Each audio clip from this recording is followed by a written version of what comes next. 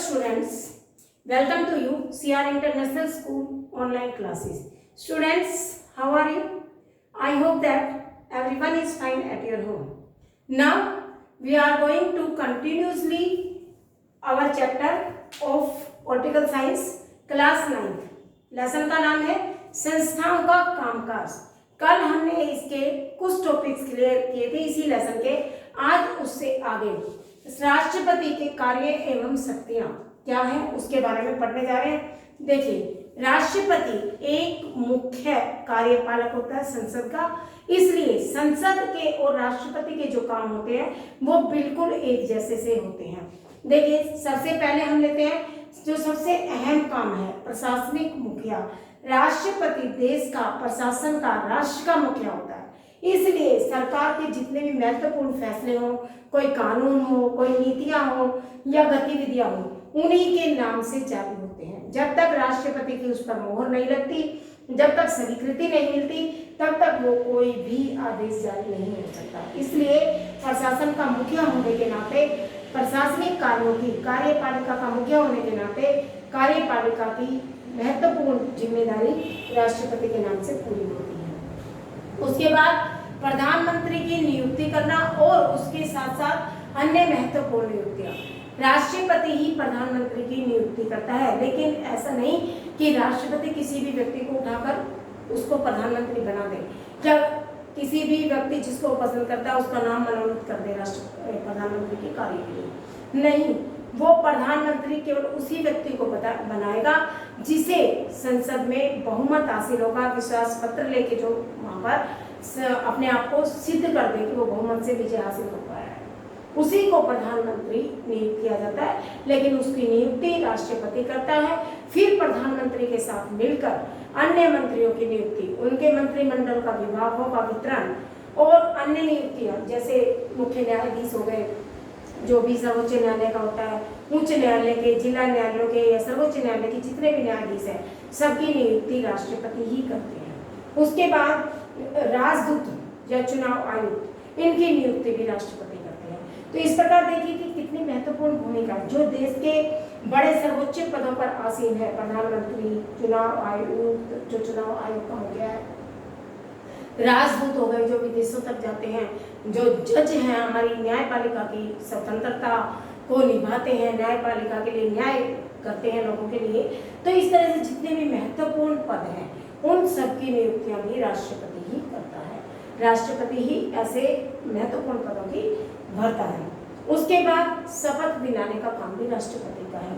नियुक्ति के बाद उन्हें उनके पदों की शपथ दिलाई जाती है कि वो बिल्कुल स्वतंत्रता से निष्पक्ष होकर किसी भी भेदभाव के ना मानते हुए बिल्कुल सही ढंग से अपने पदों पर आसीन रहकर देश की सेवा करेंगे। यदि त्याग पत्र भी लेना है, किसी से अविश्वास प्रस्ताव पास करवाना है, तो भी राष्ट्रपति ही करते हैं, राष्ट्रपति की सलाह पर ही होते हैं। फिर संसद का अधिवेशन बुलाना, सब वह उठाना या स्थगित करना, राष्ट्रपति ही संसद के जो दो सदन है, लोकसभा और राज्यसभा, दोनों के सत्र बुलाता है, दोनों को स्थगित कर सकता है, अगर वो चाहे तो पुनर्विचार के लिए भी उनको रोक सकता है। इस तरह से जो राष्ट्रपति के पास ही दोनों सदनों के बुलाने की, बैठक लेने की, उन्हें स्थगित करने का अधिकार है। उसके बाद नेक्स्ट विधेयक पर सहमति। जब तक कोई भी एक्ट, कोई भी बिल और एक्ट दोनों में फर्क है, विधेयक और कानून दोनों में फर्क है। जब तक राष्ट्रपति की उसमें स्वीकृति नहीं मिलती, कोई मोहर नहीं लगती, तब तक वो विधेयक कहलाता है। उसके बाद वो कानून बन जाता है। कानून राष्ट्रपति की स्वीकृति मिलने के बाद बनता है। उससे पहले हम किसी भी योजना को विधेयक के रूप में जान सकते हैं। संसद द्वारा पारित होने के बाद कोई भी विधेयक राष्ट्रपति की मंजूरी के बाद ही कानून बनता है। पहले उसे संसद में पारित करवाना पड़ता है, संसद से पारित होने के बाद राष्ट्रपति उस पर हस्ताक्षर करते हैं, तब वो कानून के रूप में मान्य होता है। इससे पहले वो विधेयक ही कहलाएगा।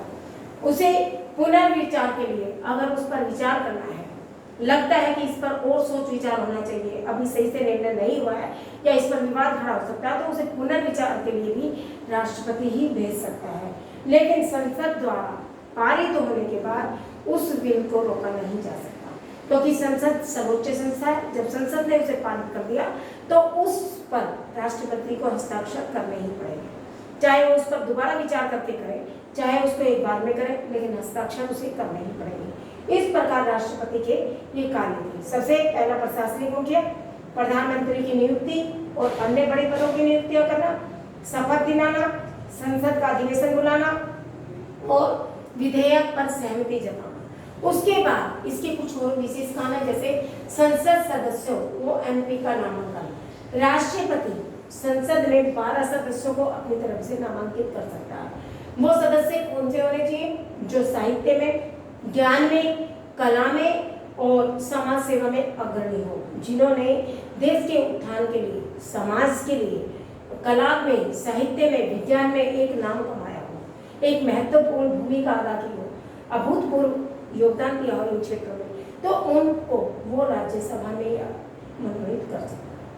ठीक है, वो संसद सदस्यों व एमपी का नामांकन वो कर सकता है। राष्ट्रपति के पास 12 सदस्यों को नामांकित करने की पावर है, लेकिन बशर्ते वो गुणी हो, चाहे वो साहित्य में हो, विज्ञान के क्षेत्र में हो, कला के क्षेत्र में हो, समाज। देखिए बहुत सारे ऐसे लोग हैं जो जयप्रभा जी वो भी साहित्य कला से हैं। बहुत सारे लोग खेल के में देख लिया, बहुत सारे लोगों का इन्होंने इसमें अपने मनोनीत करके नाम ऐड कर रखा है। तो ऐसे लोगों का हम कह सकते हैं, जैसे ये अपने विनोद खन्ना जी भी हैं, ये भी राष्ट्रपति द्वारा मनोनीत हुए। जयप्रदा जी है, और ये जो अमिताभ बच्चन की जया बच्चन जी है, ये भी इस तरह के, क्योंकि ये कला में थे, कोई खेल में हो, कोई सांस्कृतिक कल्चर एक्टिविटीज में हो, जो बहुत नाम कमा चुका हो, वो यहाँ पर राष्ट्रपति को पावर है कि वो उन लोगों को शामिल कर सकता है। उसके बाद राष्ट्रपति ही सेना का सुप्रीम कमांडर होता है, सेना का कमांडर होता है। राष्ट्रपति ही वह व्यक्ति होता है जो सेना का सर्वोच्च सेनापति कहलाता है। सबसे मुख्य पद पर यही होता है, सेनापति होता है।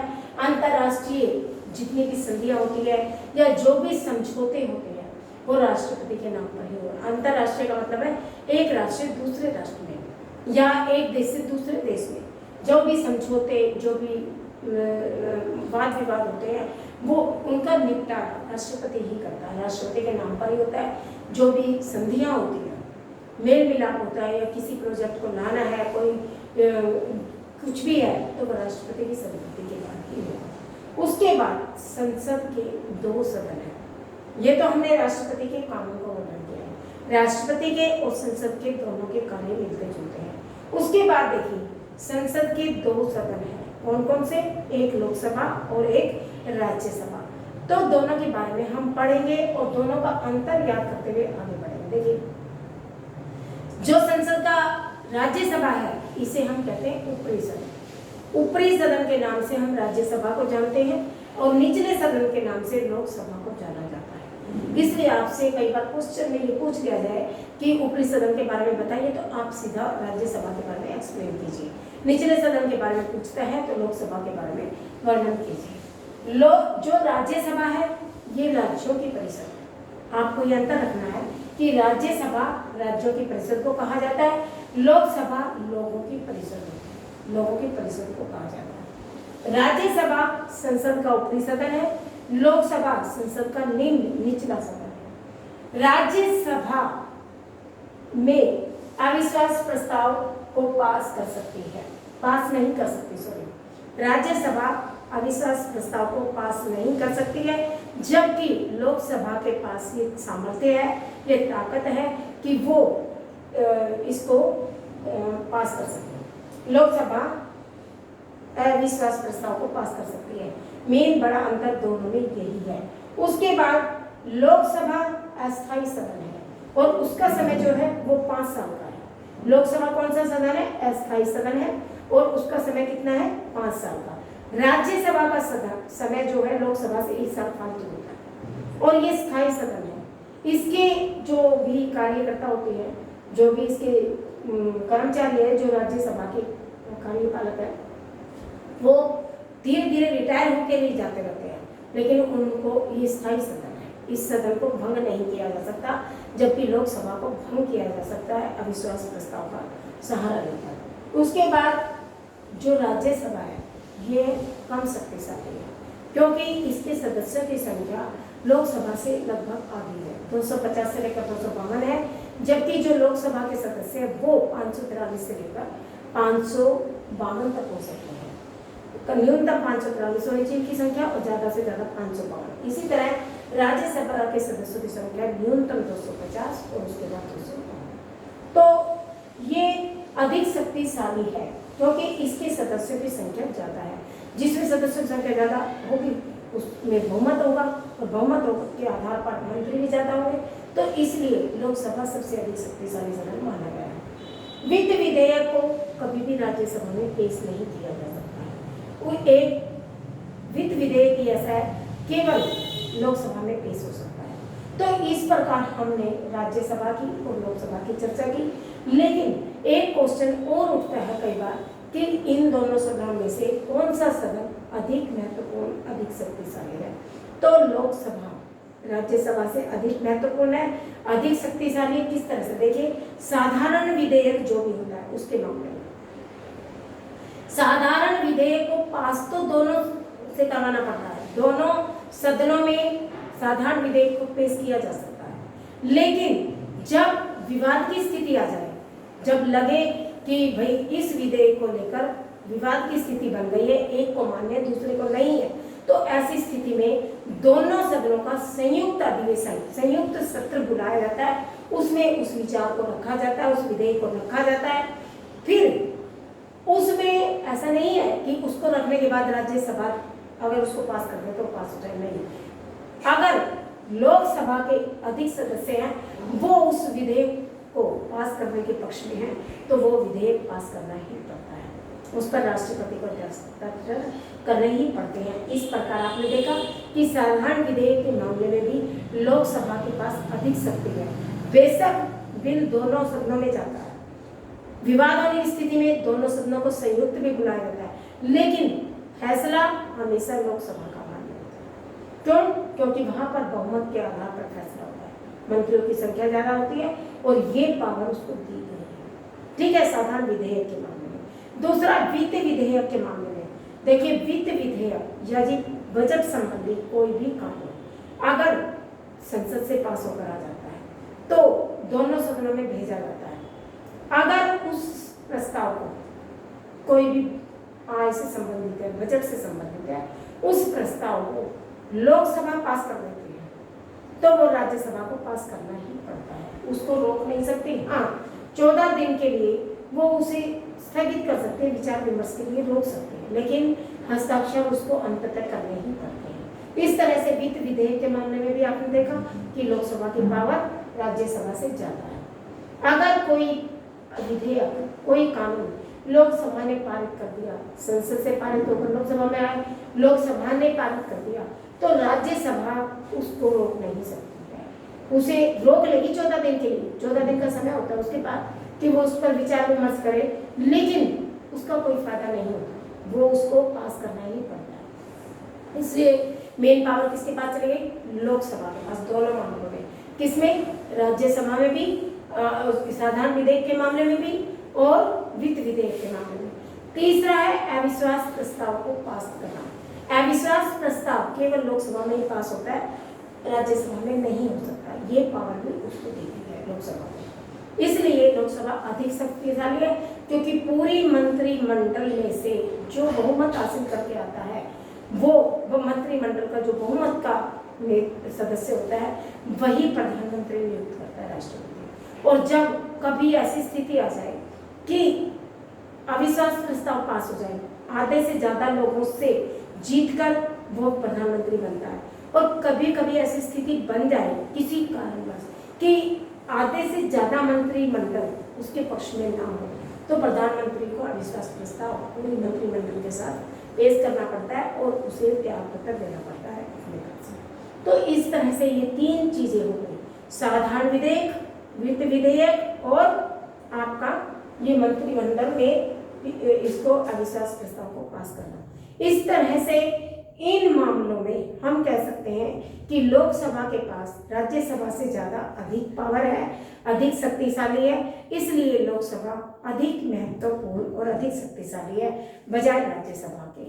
हालांकि दोनों सदन महत्वपूर्ण है, दोनों ही संसद के सदन है, लेकिन एक क्वेश्चन अगर आता है तो लोकसभा जो निम्न सदन है वो अधिक शक्तिशाली है। आज का हमारा टॉपिक इतना ही, इसके बाद हम कल आपसे मिलते हैं, ठीक है। जितना भी काम आपको भेजा जा रहा है उसको लिखिए।